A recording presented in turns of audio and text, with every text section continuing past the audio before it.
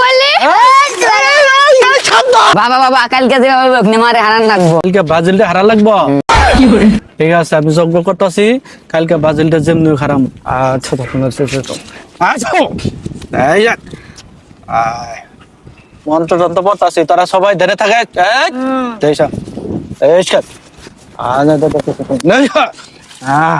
এই যে বলটা মনে কর যে নিয়ে যাব কালকে মনে কর ব্রাজিল হারবো যেমনি হোক, ঠিক আছে।